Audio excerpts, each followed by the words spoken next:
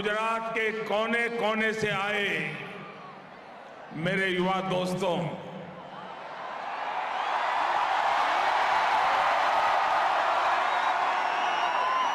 मेरे सामने ये युवा जोश का ये सागर,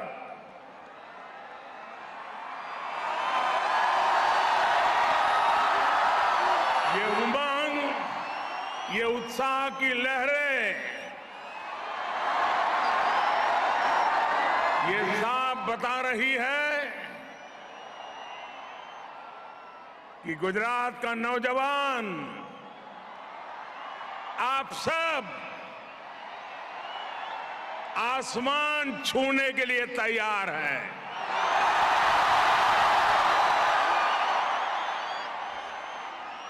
ये न केवल खेलों का महाकुंभ है,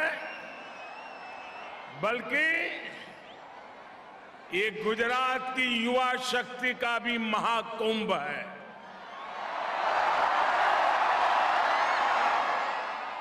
मैं आप सभी युवाओं को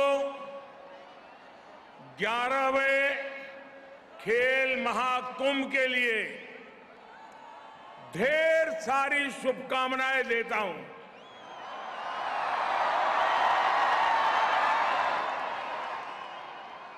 मैं गुजरात सरकार को विशेष रूप से यशस्वी मुख्यमंत्री श्री भूपेंद्र भाई पटेल को भी इस भव्य आयोजन के लिए बहुत बहुत बधाई देता हूं।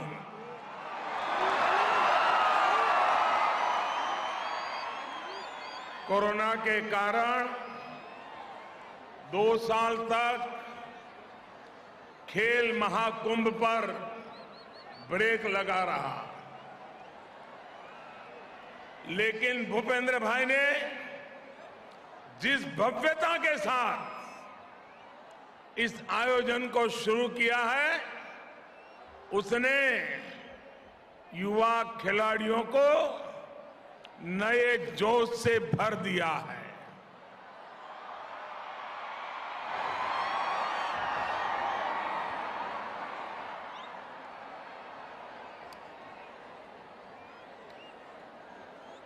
दोस्तों, मुझे याद है 12 साल पहले 2010 में गुजरात के मुख्यमंत्री के नाते उस कार्यकाल में खेल महाकुंभ की शुरुआत की थी। और आज मैं कह सकता हूं, जिस सपने का बीज मैंने बोया था, आज वटवृक्ष बनता दिखाई दे रहा है।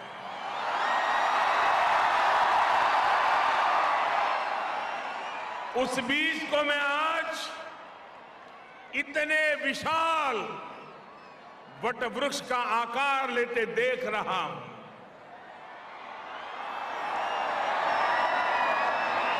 दो 2010 में पहले खेल महाकुंभ में ही गुजरात ने 16 खेलों में 13 लाख खिलाड़ियों के साथ इसका आरंभ किया था। मुझे भूपेंद्र भाई ने बताया कि 2019 में हुए खेल महाकुंभ में ये भागीदारी 13 लाख से 40 लाख युवाओं तक पहुंच गई थी। 36 स्पोर्ट्स और 26 पैरा स्पोर्ट्स में 40 लाख खिलाड़ी, कबड्डी, खो-खो और टग ऑफ वॉर से लेकर योगासन और मल्लखंब तक, स्केटिंग और टेनिस से लेकर फेंसिंग तक, हर खेल में हमारे युवा आज कमाल कर रहे हैं।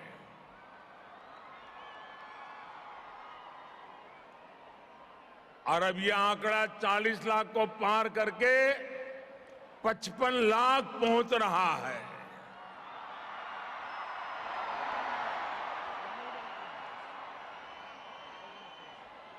शक्ति दूत जैसे कार्यक्रमों के जरिए खेल महाकुंभ के खिलाड़ियों को सहयोग देने की जिम्मेदारी भी सरकार उठा रही है। और ये जो लगातार अविराम प्रयास किए गए, खिलाड़ियों ने जो साधना की,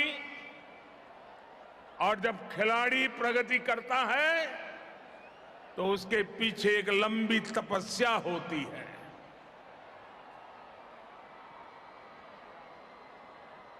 जो संकल्प गुजरात के लोगों ने मिलकर लिया था, वो आज दुनिया में अपना परचम लहरा रहा है।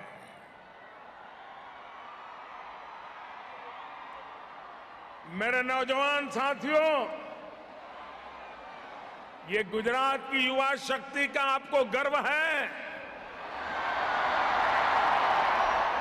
गुजरात के खिलाड़ी पराक्रम कर रहे हैं, आपको गर्व हो रहा है। खेल महाकुंभ से निकलने वाले युवा ओलंपिक्स, कॉमनवेल्थ और एशियन गेम्स समेत कई वैश्विक खेलों में आज देश का और गुजरात का युवा अपना जलवा बिखेर रहे हैं। ऐसी ही प्रतिभाएं इस महाकुंभ से भी आपके बीच से ही निकलने वाली है। खिलाड़ी युवा तैयार करते हैं, खेल के मैदान से उभरते हैं और पूरे हिंदुस्तान का परचम दुनिया में लहराते हैं।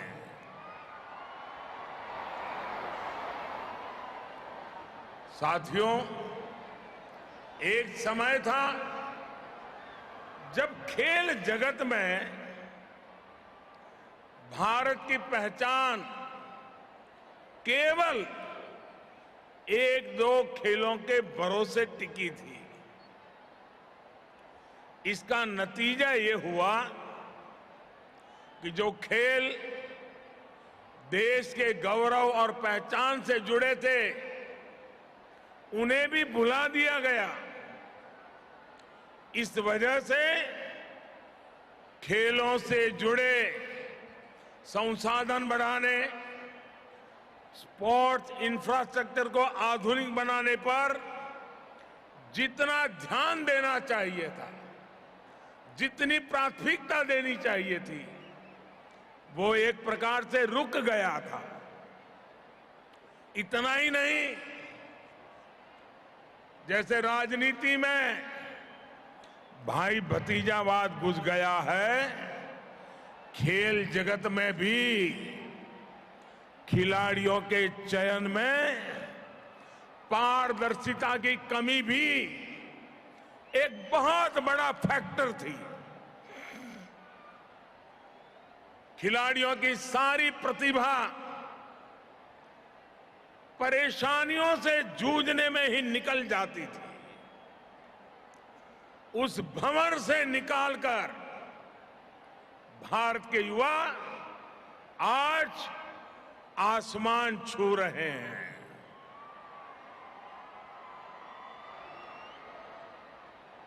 गोल्ड और सिल्वर की चमक देश के आत्मविश्वास को भी चमका भी रही है और चमत्कार का अनुभव भी करा रही है। दुनिया का सबसे युवा देश खेल के मैदान में भी एक ताकत बनकर उभर रहा है। टोक्यो ओलंपिक्स और पैरालंपिक्स, उसमें हमारे खिलाड़ियों ने इस बदलाव को साबित किया है। टोक्यो ओलंपिक्स में भारत ने पहली बार 7 मेडल जीते हैं। यही रिकॉर्ड भारत के बेटे बेटियों ने टोक्यो पैरालंपिक्स में भी बनाया। भारत ने इस वैश्विक प्रतियोगिता में 19 मेडल जीते। लेकिन साथियों, ये तो शुरुआत है। न हिंदुस्तान रुकने वाला है, न हिंदुस्तान थकने वाला है।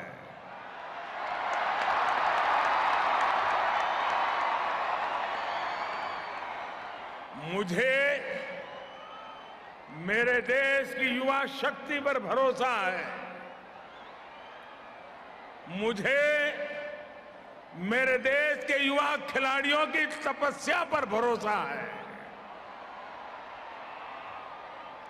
मुझे मेरे देश के युवा खिलाड़ियों के सपने, संकल्प और समर्पण पर भरोसा है। और इसलिए आज मैं लाखों युवाओं के सामने हिम्मत के साथ कह सकता हूं कि भारत की युवा शक्ति इसे बहुत आगे लेकर जाएगी।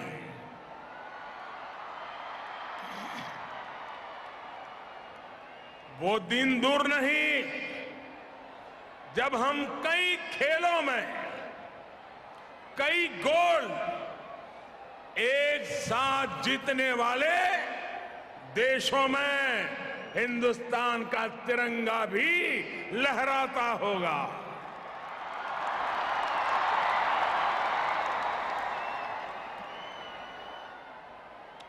साथियों, इस बार यूक्रेन से जो नौजवान वापस आए हैं, युद्ध के मैदान से आए हैं, बम गोलों के बीच से आए हैं, लेकिन आकर के उन्होंने क्या कहा? उन्होंने ये कहा कि आज तिरंगे की आन बान शान क्या होती है, ये हमने यूक्रेन में अनुभव किया है।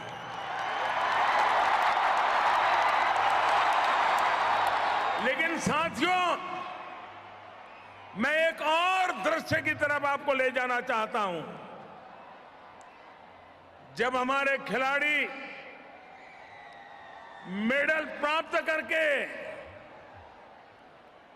पोडियम पर खड़े रहते थे और जब तिरंगा झंडा दिखाई देता था, भारत का राष्ट्रगान होता था, आपने टीवी पे देखा होगा हमारे खिलाड़ियों की आंखों से हर्ष के, गौरव के आंसू बह रहे थे। ये होती है देशभक्ति। साथियों, भारत जैसे युवा देश को दिशा देने में आप सभी युवाओं की बहुत बड़ी भूमिका है। आने वाले कल को युवा ही गढ़ सकता है और वही गढ़ सकता है जो उसके लिए संकल्प लेता है और संकल्प के साथ समर्पण से जुट जाता है।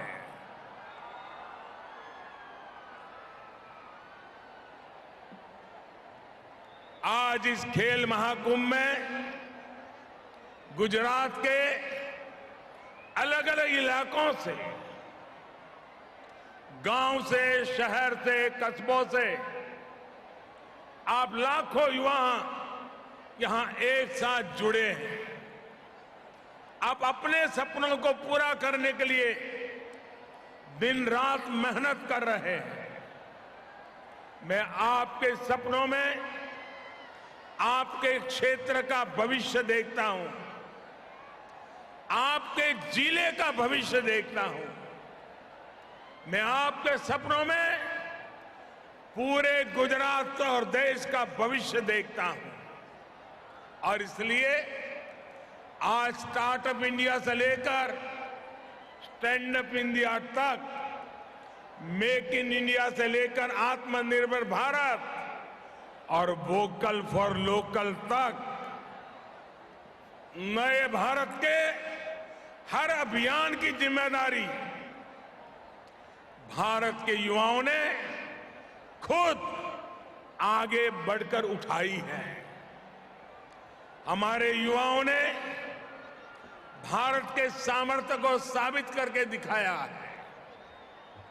मेरे नौजवान साथियों, आज सॉफ्टवेयर से लेकर स्पेस पावर तक,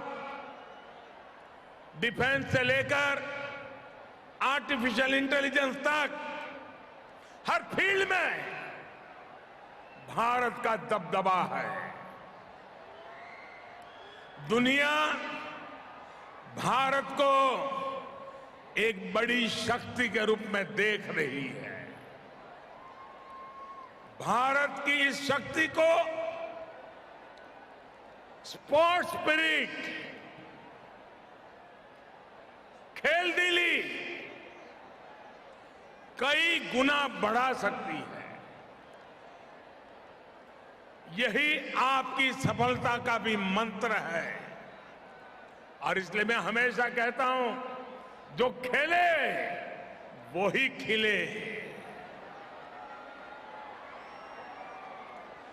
मेरी आप सब युवाओं के लिए भी सलाह है, सफलता के लिए कभी कोई शॉर्टकट मत खोजिएगा।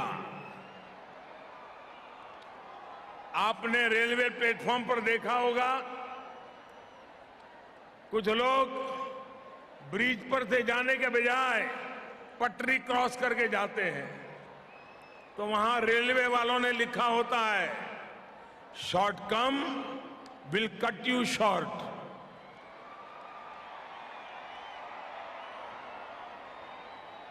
शॉर्टकट का रास्ता बहुत अल्पजीवी होता है। साथियों, सफलता का केवल एक ही है, उसका एक ही मंत्र है, लॉन्ग टर्म प्लानिंग और कंटिन्यूअस कमिटमेंट। न एक जीत कभी हमारा आखिरी पड़ाव हो सकती है और न ही एक हार। हम सबके लिए हमारे वेदों ने कहा है, चरैवेति चरैवेति चरैवेति। आज देश भी अनेक चुनौतियों के बीच बिना रुके, बिना थके और बिना झुके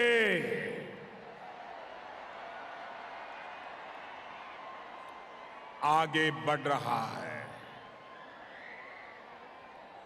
हम सबको मिलकर के सतत परिश्रम के साथ लगातार आगे बढ़ना है। साथियों, स्पोर्ट्स में हम जीत के लिए 360 डिग्री परफॉर्म करने की जरूरत होती है और पूरी टीम को परफॉर्म करना होता है। यहां अच्छे अच्छे स्पोर्ट्समैन उपस्थित हैं। आप बताइए, क्या क्रिकेट में कोई टीम बैटिंग अच्छी करे लेकिन बॉलिंग बिल्कुल खराब करे तो वो जीत पाएगी क्या? या टीम का एक खिलाड़ी बहुत अच्छा खेले लेकिन बाकी सब परफॉर्म न करे तो भी जीतना मुमकिन होगा क्या? जीतने के लिए पूरी टीम को बैटिंग, बॉलिंग और फील्डिंग में सब जगह अच्छा खेलना होगा।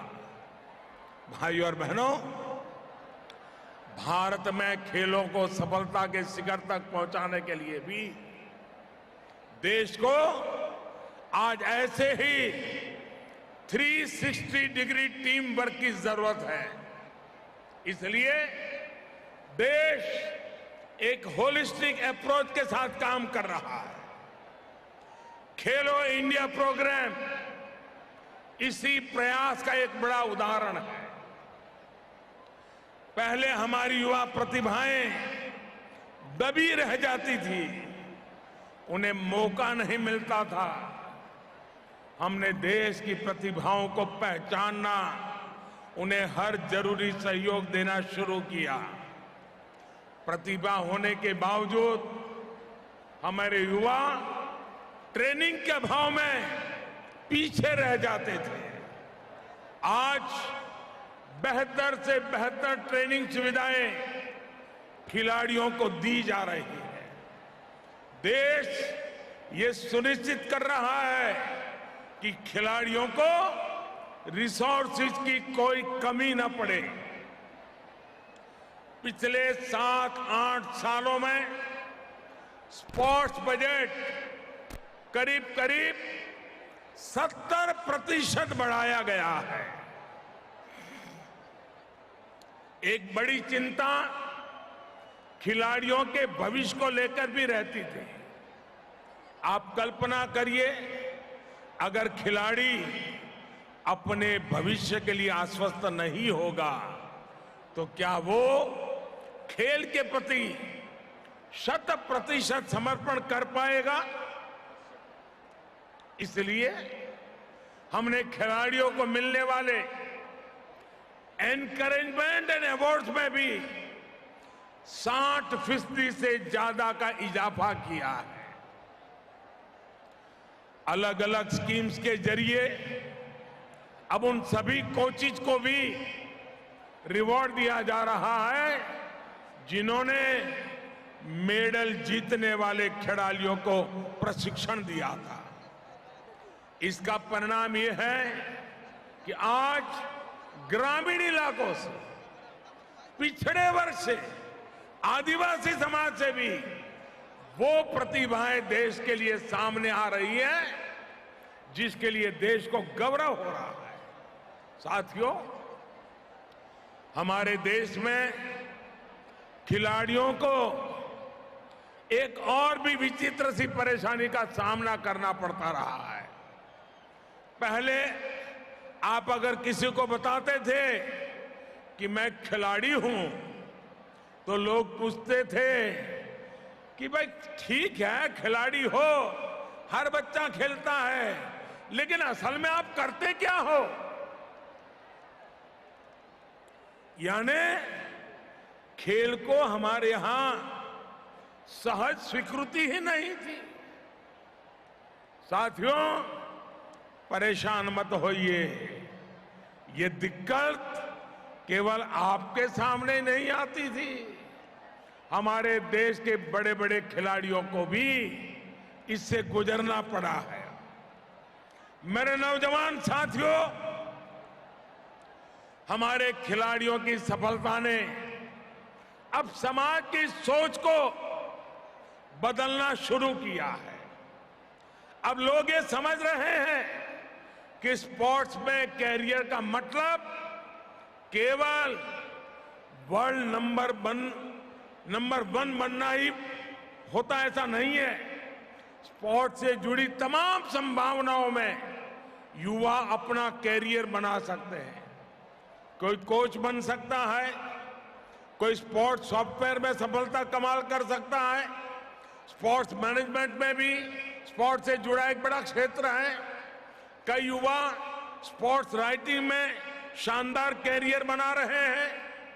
ऐसे ही खेलों के साथ साथ ट्रेनर, फिजियोथेरेपिस्ट और डाइटिशियन जैसे तमाम अवसर पैदा होते हैं। इन सभी फील्ड्स को युवा अपने लिए कैरियर के रूप में देखें, आगे बढ़े।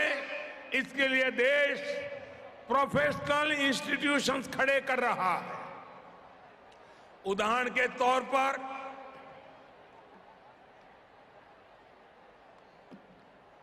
2018 में हमने मणिपुर में देश की पहली नेशनल स्पोर्ट्स यूनिवर्सिटी की स्थापना की। स्पोर्ट्स में हायर एजुकेशन के लिए यूपी में भी मेजर ध्यानचंद स्पोर्ट्स यूनिवर्सिटी शुरू होने जा रही है। IIM रोहतक ने स्पोर्ट्स मैनेजमेंट में पीजी डिप्लोमा भी शुरू किया है। हमारे गुजरात में स्वर्णिम गुजरात स्पोर्ट्स यूनिवर्सिटी भी इसका एक बड़ा उदाहरण है। स्वर्णिम गुजरात स्पोर्ट्स यूनिवर्सिटी ने यहां स्पोर्ट्स इकोसिस्टम बनाने में बड़ी भूमिका निभाई है। मुझे बताया गया है कि गुजरात सरकार स्पोर्ट्स इकोसिस्टम और इंफ्रास्ट्रक्चर को और व्यापक बनाने के लिए तालुका और जिला स्तर पर स्पोर्ट्स कॉम्प्लेक्स भी बना रही है। ये सभी प्रयास स्पोर्ट्स वर्ल्ड में गुजरात और भारत की प्रोफेशनल प्रेजेंस को और मजबूत करेंगे। मेरा एक सुझाव ये भी है कि गुजरात के विशाल तटीय संसाधन, हमारे पास लंबा समुद्री तट है। इतना बड़ा समुद्री तट है। अब हमने खेल के लिए, स्पोर्ट्स के लिए, हमारे इस तटीय क्षेत्र के लिए भी खेल की दिशा में आगे आना चाहिए। हमारे यहां इतने सुंदर बीचेज है। खेल महाकुंभ में बीच स्पोर्ट्स की संभावनाओं के बारे में भी सोचा जाना चाहिए। साथियों, आप जब खेलेंगे, फिट रहेंगे, स्वस्थ रहेंगे, तभी देश के सामर्थ्य से आप भी वैल्यू एडिशन करने वाले एक महारथी बन जाएंगे और तभी आप राष्ट्र निर्माण में अपना योगदान देंगे। मुझे पूरा भरोसा है कि इस खेल महाकुंभ के आप सब स्टार अपने अपने क्षेत्र में चमकेंगे, नए भारत के सपनों को साकार करेंगे। मैं युवाओं के सभी आज परिवारजनों से भी आग्रह करना चाहता हूं। वक्त बहुत बदल चुका है। अगर आपके संतान में बेटा हो या बेटी, अगर खेल में उसकी रुचि है, आप उसको खोज निकालिए और उसको उत्साहित कीजिए, उसको आगे बढ़ने के लिए प्रोत्साहन दीजिए। आप किताबों के लिए उसको वापस मत खींचिए। उसी प्रकार से मैं पहले दिन से, जब खेल महाकुंभ शुरू हुआ तब से कह रहा हूं कि गांव में जब खेल महाकुंभ का कार्यक्रम चलता हो, पूरा गांव वहां मौजूद रहना चाहिए। तालियां बजाने से भी खिलाड़ी को एक नया हौसला बुलंद हो जाता है। गुजरात का हर नागरिक किसी न किसी खेल महाकुंभ के कार्यक्रम में फिजिकली जाना चाहिए। आप देखिए, गुजरात भी खेल की दुनिया में अपना परचम लहराएगा। हिंदुस्तान के खिलाड़ियों में गुजरात के खिलाड़ी भी जुड़ जाएंगे। इसी एक अपेक्षा के साथ मैं फिर एक बार भूपेंद्र भाई और उनकी पूरी टीम को बधाई देता हूं। सभी युवाओं को शुभकामनाएं देता हूं। मेरे साथ बोलिए, भारत माता की। माता की, भारत माता की बहुत बहुत धन्यवाद।